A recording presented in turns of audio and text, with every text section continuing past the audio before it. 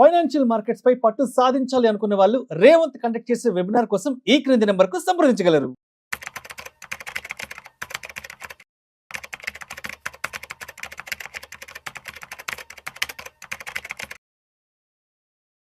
Welcome to Vishnu Talks. నేను విష్ణు. ప్రస్తుతం నాతో పాటు NISM and CRISIL certified wealth manager Revanth Chalamala ఉన్నారు. వారితో మాట్లాడదాం. నమస్తే రేవంత్. నమస్తే అండి. So Revanth, welcome to Vishnu Talks. Thank you sir. So Revanth, ఈ వీడియోలో ఇవాళ పర్టికులర్గా హోమ్ లోన్కి సంబంధించి ఒక కేస్ స్టడీ గురించి డీటెయిల్గా మాట్లాడుకుందాం రేవంత్. షూర్. సో ఒక ఫ్యామిలీ ₹1 కోటి లోన్ ఈఎంఐ తీసుకొని ఒక 20 సంవత్సరాల లోన్ టెన్యూర్ పెట్టుకొని ఒక ఇల్లు కొన్నారు రేవంత్. ఓకే అండి. 5 సంవత్సరాల పాటు ఈఎంఐ కొట్టుకుంటూ పోతున్నారు. ఓకే. కుటుంబం హ్యాపీగా, సంతోషంగా, వాళ్ళు కొనుక్కున్న ఇంట్లో చాలా ఆనందంగా, సాఫీగా సాగిపోతుంది రేవంత్. ఓకే అండి. 5 సంవత్సరాల తర్వాత ఒకరోజు ఆ ఇంటి పెద్ద, ఆ కుటుంబ పెద్ద ఎవరైతే ఉన్నారో ఆయన ఆకస్మిక మరణానికి గురయ్యారు.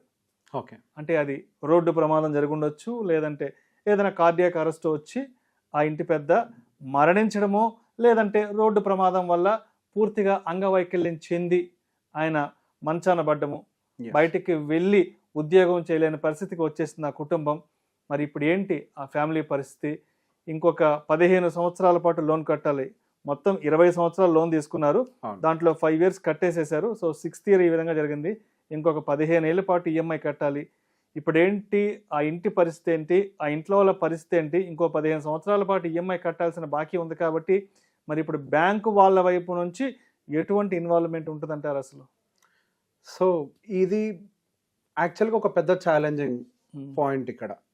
సో చాలామంది ఎన్నో సంవత్సరాలు కలకని ఒక అందమైన ఇల్లుని వాళ్ళు నిర్మించుకోవటమో కొనుక్కోవటం లాంటిది అనేది ఒక పెద్ద కళ. ఒక సామాన్యుడి జీవితంలో నేను ఒక దాన్ని నేను అచీవ్ చేయాలి అని అంటే ఉంది అని అంటే అది ఇల్లే. ఒక సొంత ఇల్లు కొనుక్కోవాలి, మన ఇంట్లో మనం ఉండడం. ఎగ్జాక్ట్లీ. సొంత ఇల్లు అనేది ఒక లైఫ్ టైం అచీవ్మెంట్ ఒక సామాన్యుడికి.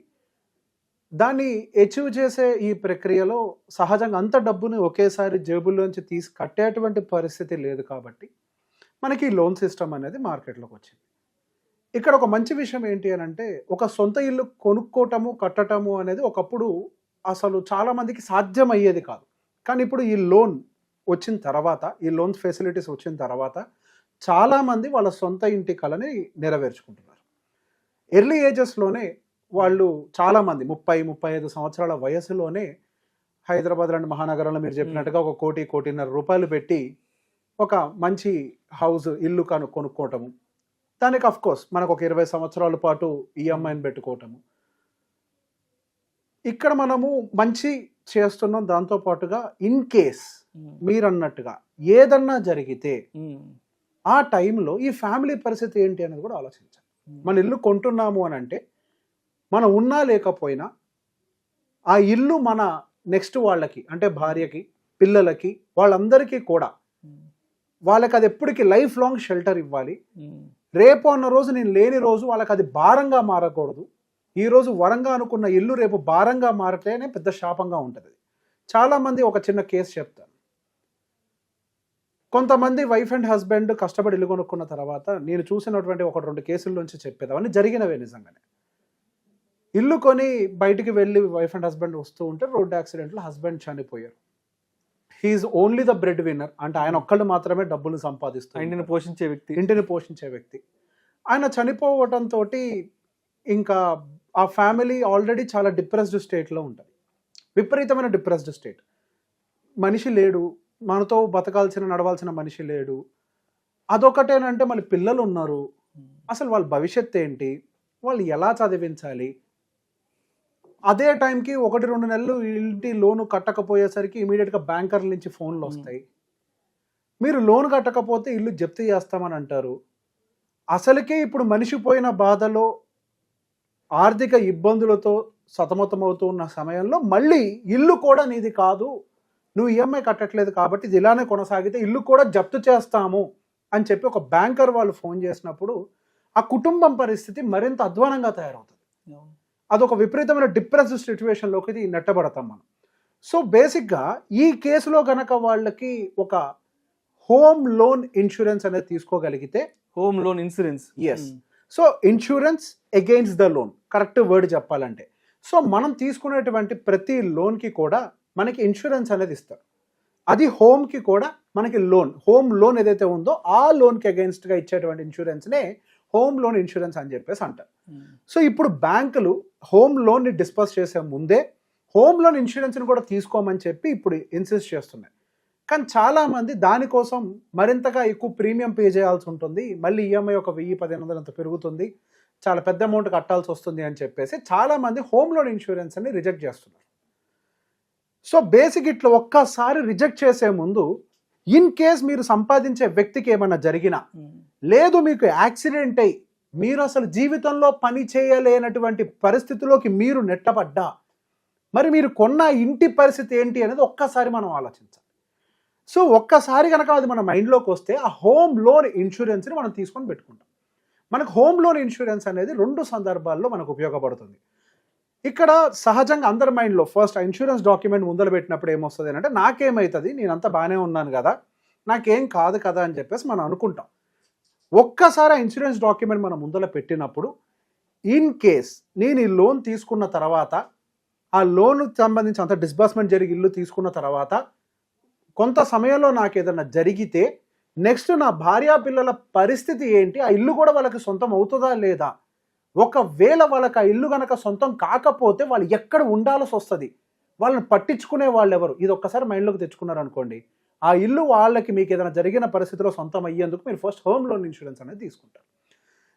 ఇక్కడ ఒకవేళ మీరు డిజేబుల్ అయ్యారు, ఇది మరింత ఇబ్బందికరమైన పరిస్థితి, పని చేయలేము, మంచం నుంచి కదలలేము, పూర్తిగా ఆర్థికంగా మనం దెబ్బతినిపోయి ఉంటాము, మీకు ఉండేటువంటి మీరు పనిచేసేటువంటి కంపెనీ కూడా మీకైతే శాలరీ ఇవ్వదు కదా, ఇంకా ఏదన్నా ఉంటే ఒక 3 నెలలు 4 నెలలు శాలరీ కాంపన్సేషన్ పే చేసేసి వాళ్ళు కూడా అయిపోయిందని అంటారు. కానీ అక్కడి నుంచి మాత్రం మీకు ఇల్లు అయితే ఉండాలి కదా.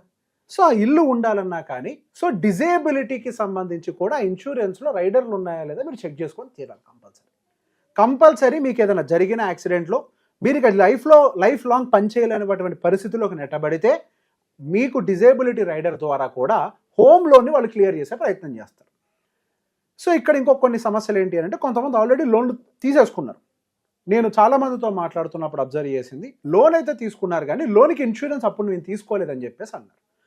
ఒకవేళ లోన్కి కనుక మీరు ఇన్సూరెన్స్ తీసుకోకపోయి ఉండుంటే అప్పుడు హోమ్ లోన్కి రిలేటెడ్ ఇన్సూరెన్స్ ఇమీడియట్గా టర్మ్ ఇన్సూరెన్స్ తీసుకోండి.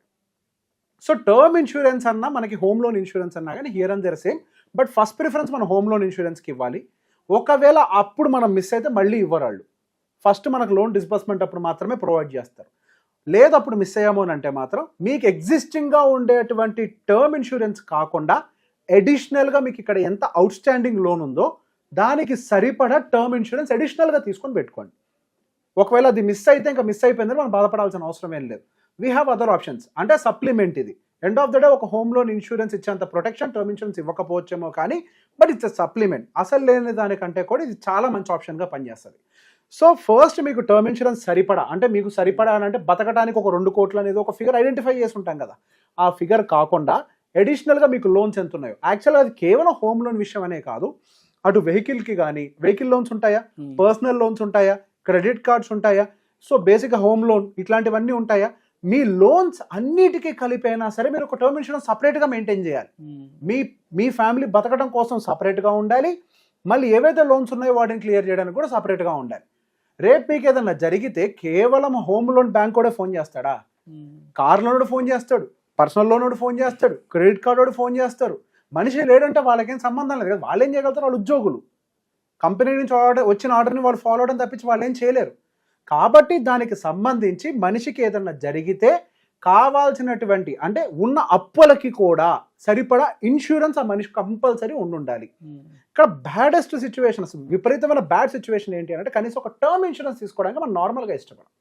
ఇన్సూరెన్స్ని ఎప్పుడైతే మనం ఒక ఖర్చులాగా చూస్తామో కన్సిడర్ మనం ఇంకా జీవితంలో ఎప్పటికీ కూడా సెక్యూర్గా లేనట్టే. ఎప్పుడైతే ఇన్సూరెన్స్ని మన ఇన్వెస్ట్మెంట్లో భాగం కింద మీరు ట్రీట్ చేస్తారో అప్పుడు మీ జీవితం యాక్చువల్గా సెక్యూర్డ్ అయినట్టుగా. సో బేసిక్గా మీకు ఈ ఇన్సూరెన్స్లన్నీ తీసుకోవటం వల్ల ఫస్ట్ మీ ఇల్లు సెక్యూర్డ్ అవుతుంది, మీ ఫ్యామిలీ ఒక ఆర్థిక భద్రతలో ఉంటుంది, మీ అసెట్స్కి ఎటువంటి డ్యామేజ్ జరగదు, మీకు ఫైనాన్షియల్ సేఫ్టీ దొరుకుతుంది. సో బేసిక్గా అందుకే మనకి ఇన్సూరెన్స్ అనేది. సో ఇన్సూరెన్స్కి సంబంధించి నా క్లయింట్స్కి ఈ విధంగా చెప్తా, సార్ ఇన్సూరెన్స్ని మీరు ఎక్స్పెన్సెస్ కింద చూడకండి, దాన్ని ఒక వెల్త్ క్రియేషన్ కింద చూడండి. ఎందుకు? ఏదన్నా జరిగితే ఏం చేస్తారు? మీ దగ్గర ఉన్న ఇన్వెస్ట్మెంట్స్ అన్నిటినీ అమ్మేసి కదా మీరు అక్కడ ఖర్చు పెట్టాల్సింది. సో ఇప్పుడు మీరు తీసుకున్నటువంటి ఇన్సూరెన్స్ మీకా, మీ సంపాదించిన డబ్బులకా? మీ వెల్త్ ప్రొటెక్ట్ అవ్వాలి అన్నా కానీ మీకు ఇన్సూరెన్స్ ఉండాలి. మనిషి జీవితంలో అన్సర్టనిటీ ఈజ్ మోస్ట్ కామన్.